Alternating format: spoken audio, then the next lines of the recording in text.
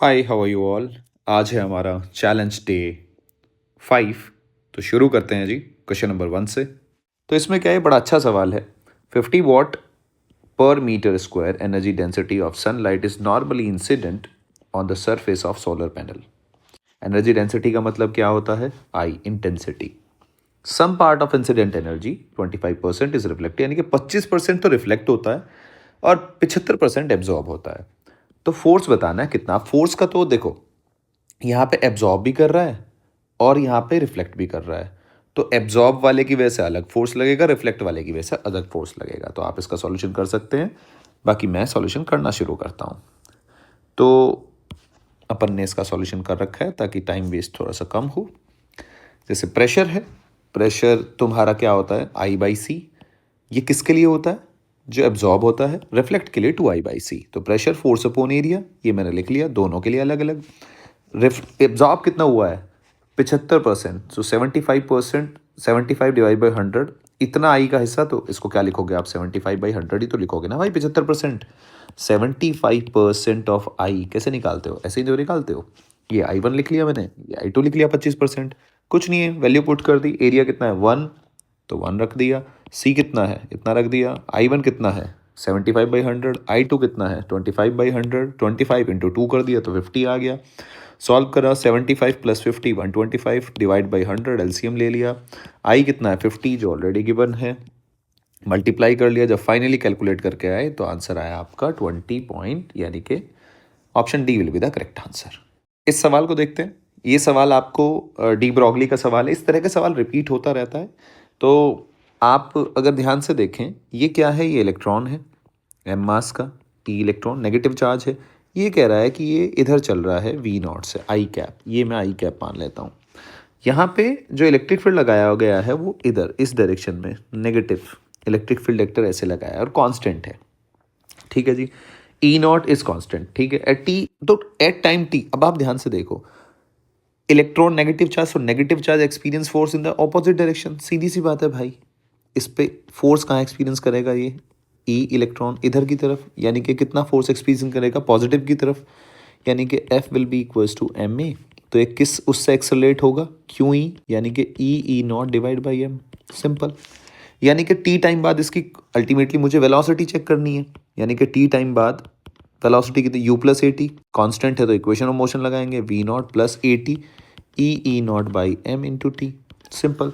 यानी कि lambda will be equals to de Broglie wavelength at time t पे क्या हो जाएगी? M v. वी की वैल्यू पुट कर दो, H upon m. V0 common ले लो, 1 plus E0 by V0 m t. यानी कि ये क्या बन गया? ऑलरेडी गिवन है lambda naught. So finally your answer will be option number D.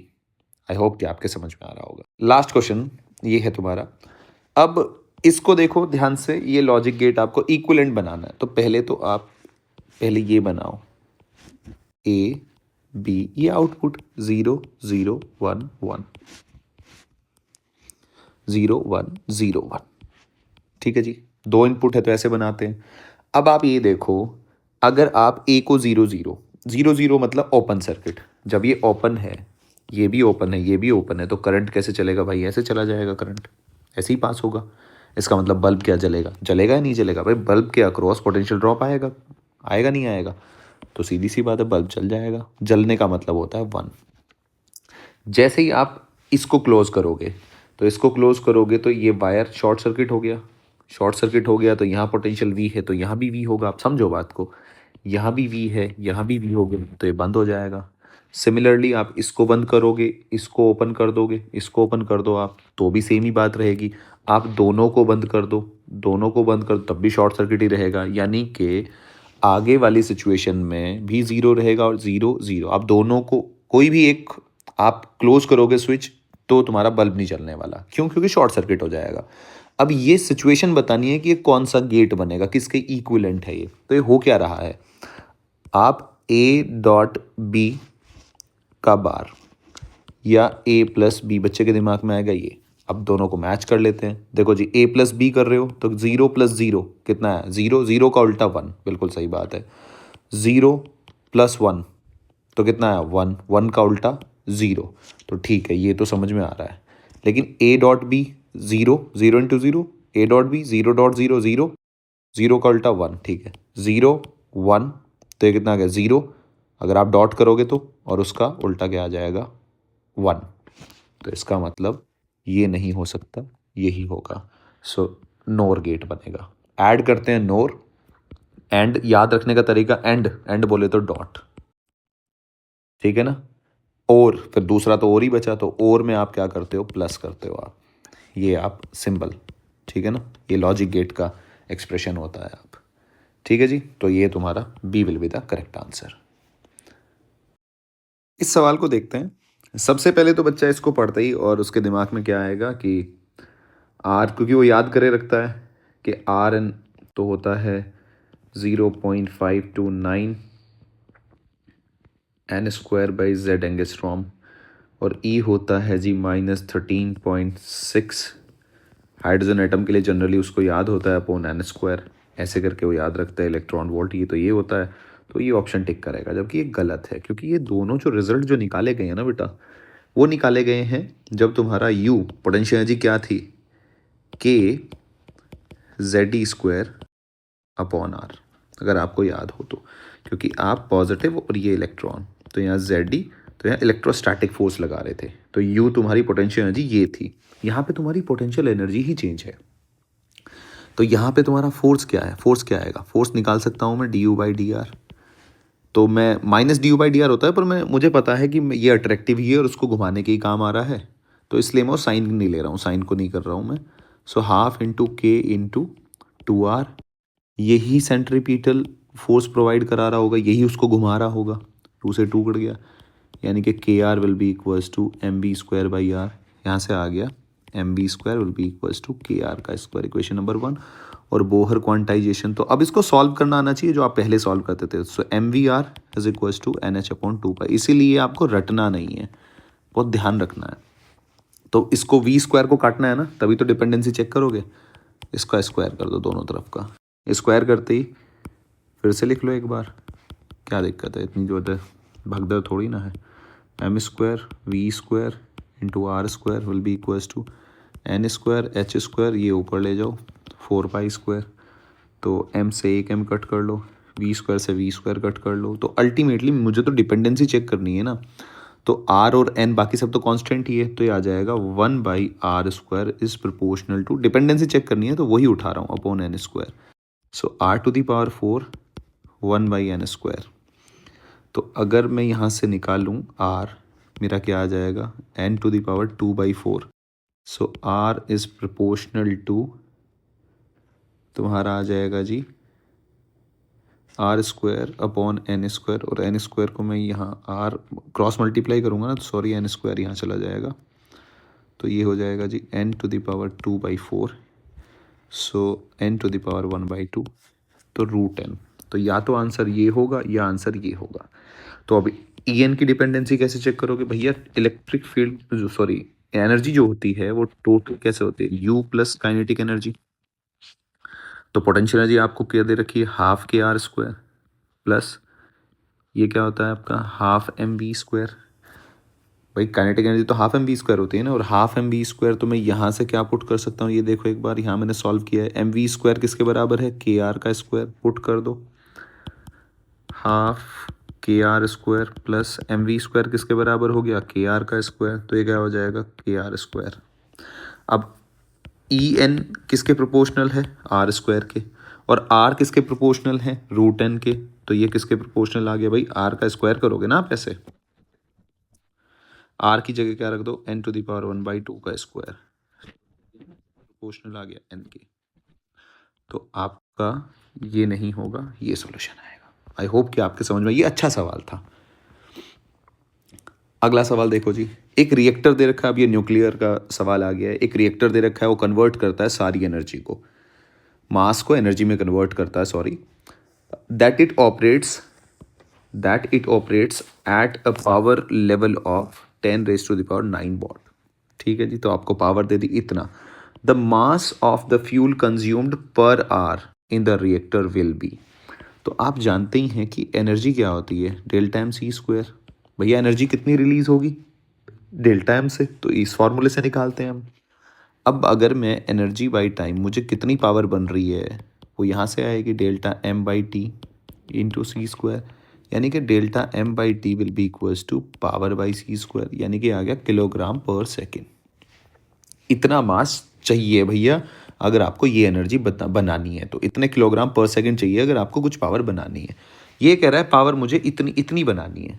अगर इतनी बनानी है तो करो ना आप calculation, delta m by delta t will be equals to power 10⁻⁹ divide by c square 9 into 10⁻16। अब ये आंसर आएगा किलोग्राम पर सेकेंड।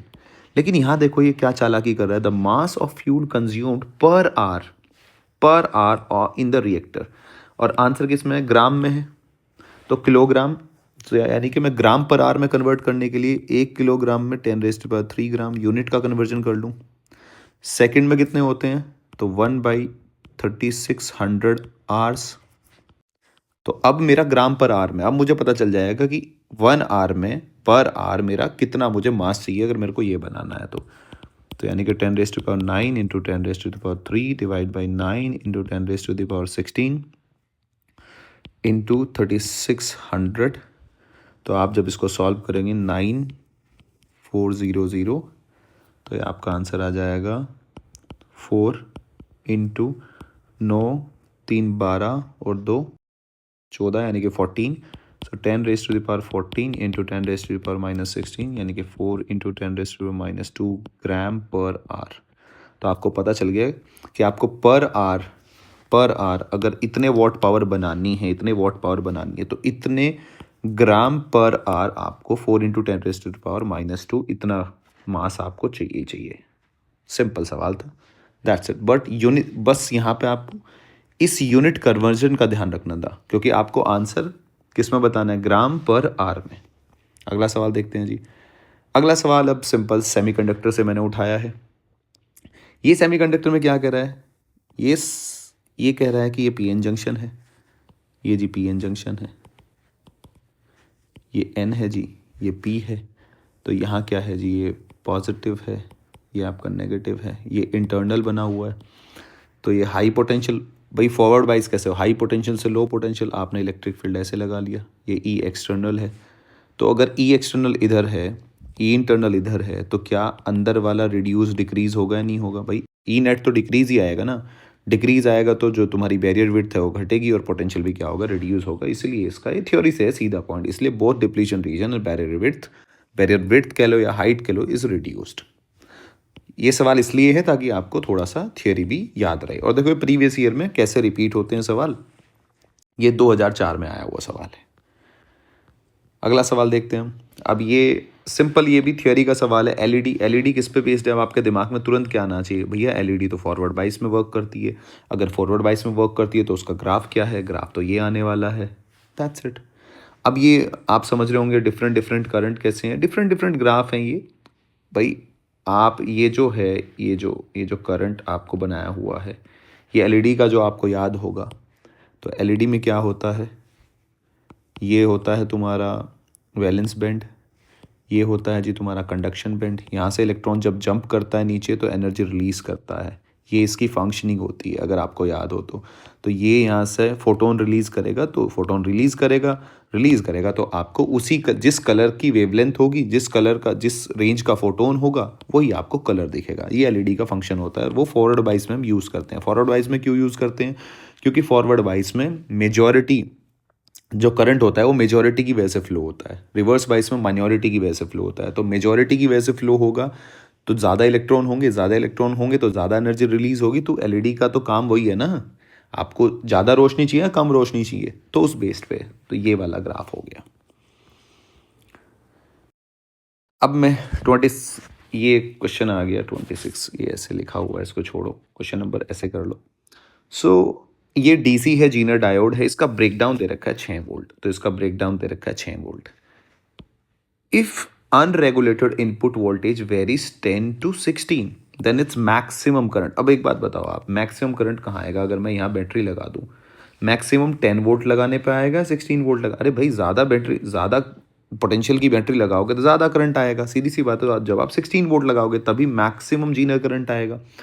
अब आप ध्यान से देखो, यहाँ कितना ब्रेकडाउन कितना है 6 वोल्ट। जब ब्रेकडाउन हो गया तो ये ब्रेकडाउन जीनर करंट बताना है ना मैक्सिमम, तो 6 वोल्ट का तो ब्रेकडाउन यहाँ आ गया। तो जितना ये 4 वोल्ट किस में है, ये तो इसके पैरेलल में है, तो इसका मतलब इसके अक्रॉस भी उतना ही होगा। अब मैं सीधा तो जीनर से करंट निकाल नहीं सकता, आपको पता ही है, तो मेरे को पहले इसमें निकालना पड़ेगा। यहाँ से कितना आया वो फिर माइनस करना पड़ेगा। तो अगर यहाँ 6 वोल्ट है तो इसके अक्रॉस पोटेंशियल ड्रॉप कितना बचा 10 वोल्ट। तो यहाँ यानी कि 2 किलो ओम के अक्रॉस 10 वोल्ट है, तो यहाँ से 5 मिली एम्पियर आया। भाई I is equal to delta V by R होता है ना भाई।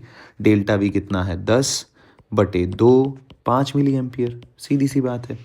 अब 5 मिली एम्पियर यहाँ से आया तो यहाँ कितना चला गया वो कैसे निकालोगे भैया। जीनर क्या होता है, जीनर ब्रेक डाउन कर दिया तो जीनर का अक्रॉस जितना है उसके पैरेलल में भी उतना ही रहेगा। ये पैरेलल में कनेक्टेड है नहीं है, ये पैरेलल में कनेक्टेड है नहीं है इसके, यानी कि 4 ओम के अक्रॉस से कितना जाएगा, यानी कि 6/4 will be equals to 1.5 milli ampere. Kilo ohm में है तो अब ये यूनिट तो समझ रहे होंगे ना आप। किलो ओम नीचे किलो है 10⁻3, ऊपर जाएगा 10⁻³ हो जाएगा, तो मिली एम्पियर इसलिए लिख रहा हूँ। तो 1.5 मिली एम्पियर इधर चला गया, तो इधर कितना आया 5 माइनस जंक्शन पे जंक्शन लॉ लगा लो, जितना आया बराबर होना चाहिए, जितना करंट आया उतना ही जाना चाहिए, यानी कि माइनस कर दो तो कितना आंसर आया 3.5 मिली एम्पियर। आई होप कि आपको समझ में आएगा। तो जीनर का सवाल हर साल रिपीट होता है सवाल, तो इसलिए जीनर का सवाल आना ही आना चाहिए। ये सवाल आपका एरर से है। इस सवाल में क्या है, जैसे आप टाइम पीरियड निकालोगे तो t² इज इक्वल्स टू बच्चे 4π² L/g, क्रॉस मल्टीप्लाई करके g को इधर ले जाओ, 4π² L/t², यानी कि बच्चे delta g/g will be equals to delta L/L plus 2 delta t/t, ऐसे हो जाएगा। अब आपको क्या करना है, डेल्टा L/L निकालना है। और ये अब आप पढ़ो क्या दे रखा है, the measured value of length of pendulum is 10 centimetre. तो L आपको दे रखा है 10 सेंटीमीटर, यानी कि इसका मतलब है 100 mm, अगर मैं कन्वर्ट करूं इसको। फिर दे रखा है टू 1 mm एक्यूरेसी, यानी कि डेल्टा L कितना है तुम्हारा 1 mm आ गया। ठीक है जी। अब the time for 200 oscillation, 200 oscillation का जो टाइम है वो है आपका 100 सेकेंड। चलो जी। और रेजोल्यूशन कितना दे रखा है इसके लिए, रेजोल्यूशन डेल्टा टी दे रखा है इसके लिए 1 सेकेंड। ठीक है जी। अब आप किसके लिए करना चाहते हैं, मैं तो टाइम पीरियड पेंडुलम का निकालना चाहता हूँ, तो डेल्टा टी। अब ये तो जो डेल्टा टी है वो तो 200 ऑक्सीलेशन का है, तो मैं एक ऑक्सीलेशन के लिए चीज़ें करना चाहता हूँ, एक ऑक्सीलेशन। तो एक ऑक्सीलेशन के रेजोल्यूशन कितना आ जाएगा जी 1/200, सिंपल। अब एक ऑक्सीलेशन के लिए टाइम पीरियड कितना हो जाएगा जी तुम्हारा, ये आएगा तुम्हारा 100/200। 200 ऑक्सीलेशन का टाइम कितना था जी 100 सेकेंड, तो एक ऑक्सीलेशन का टाइम कितना होगा 100/200। तो इसको वापस पुट कर दो, will be equal delta L कितना आ गया जी तुम्हारा 1/100 mm, ये तो कट गया, mm तो कट गया, प्लस 2 इंटू डेल्टा टी बोले तो डेल्टा टी बताओ जी कहाँ है, डेल्टा टी तुम्हारा आ गया ये 1/200। सो 1/200 डिवाइड बाई 100/200 कट गया जी, इंटू 100 परसेंटेज में करने के लिए इंटू 100 करते ही हम, तो फाइनली आंसर आ गया आपका 3%। So option b will be the correct answer. इस सवाल के सॉल्यूशन को देखते हैं। ये स्क्रू गेज का सवाल है, तो सबसे पहले इसमें देखो, इसने अच्छी बात ये है कि इसने सारी इन्फॉर्मेशन दे रखी है आपको। स्क्रू गेज मूव कितना कर रहा है 0.5, तो सबसे पहले तो लीस्ट काउंट देख लो। लीस्ट काउंट कितना करता है कि मूव कितना किया, जब आप नंबर ऑफ रोटेशन, एक रोटेशन पे वो मेन स्केल पे कितना मूव करता है, तो ऑलरेडी गिवन है 0.5 mm। Total number of division से हम डिवाइड करते हैं, यानी कि 50, यानी कि 0.01 mm। ये आपका लीस्ट काउंट आ गया। अब ऑब्जर्वेशन क्या है आपकी, MSR प्लस VSR और माइनस एरर भी दे रखा है, क्योंकि इसने -0 एरर, क्योंकि टोटल नंबर ऑफ डिवीजन यहाँ तक तो लीस्ट काउंट आ गया। मेन स्केल रीडिंग तो कोई दिक्कत ही नहीं है। वर्नियर स्केल पे देखो, ये वर्नियर कह रहा हूँ मैं, सर्कुलर स्केल CSR, यहाँ पे क्या लेंगे हम, वर्नियर स्केल नहीं, क्योंकि ये स्क्रू गेज है तो CSR, सर्कुलर स्केल रीडिंग। अब सर्कुलर स्केल ये कह रहा है कि 45th division of circular scale is in the pitch line, यानी कि जो मैच कर रहा है, ये जो हम देखते हैं ना, इससे जो पिच लाइन से जो 45th डिवीजन मैच कर रहा है, यानी कि CSR की जो रीडिंग होगी वो 45 इंटू लीस्ट काउंट 0.01 यानी कि 0.45 mm। अब तो सीधा पुट करना है, 2.5 plus 0.45 minus zero error with sign, negative error है तो 0.03 यानी कि 2 पॉइंट तुम्हारा आ गया जी 95 प्लस 0.03, तो आपका आंसर आ जाएगा 2.98 mm। So option c will be the correct answer. I hope कि आपके समझ में आया होगा।